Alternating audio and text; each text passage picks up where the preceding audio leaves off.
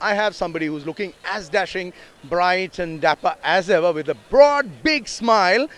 He himself is an Olympic medalist and now he's also one of the big bosses of the IOA, the vice president of IOA, Gagan Narang. Gagan, first of all, wonderful to see you after such a long, long time.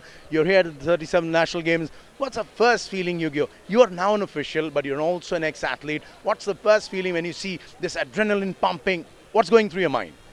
Well, and now see what a huge Herculean task it is to conduct national games. I mean, we as athletes look forward to participate in multidisciplinary games, and now from participation to conducting one, and that too in a short span of 1 year after Gujarat, I think is a commendable effort under the leadership of Madam P.T. Usha as our president and the entire executive committee of IOA. I think we are all committed to the development of sport and athletes in our country, and what better testament of that than the recently concluded Asian Games in Hangzhou with 107 medals. Right. So I think that has set the momentum for the upcoming Olympics as well. So looking forward to that.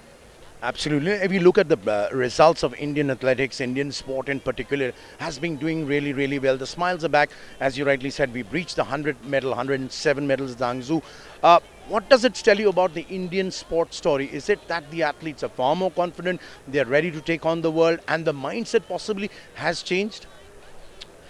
See, when someone like the Prime Minister of a country is so focused and dedicated towards the glory of the country, and sport being one of them, I think there's no looking back, and that shows the kind of grit and determination of the government that now we are going to perform at the international stage. I mean, we are not going to participate anymore.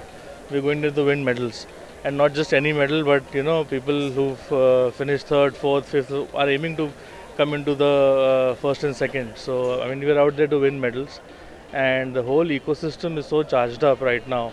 I mean, the amount of interest in sport from the athletes, the parents, the sponsors has been so immense. I think we've seen the golden era of Indian sport. I mean, the transformation of Indian sport is around the corner, and exciting times ahead.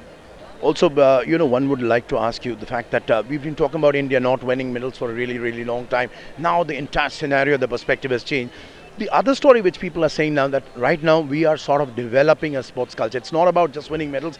The way people are coming to the stadiums, they're supporting their young kids, bringing them, getting them the facilities which they deserve. And of course, you people are doing an excellent job.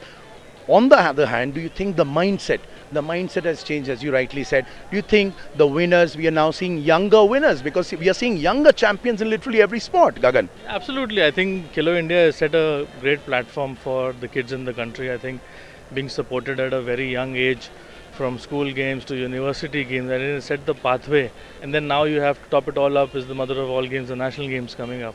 So I think the pathway is really, really set.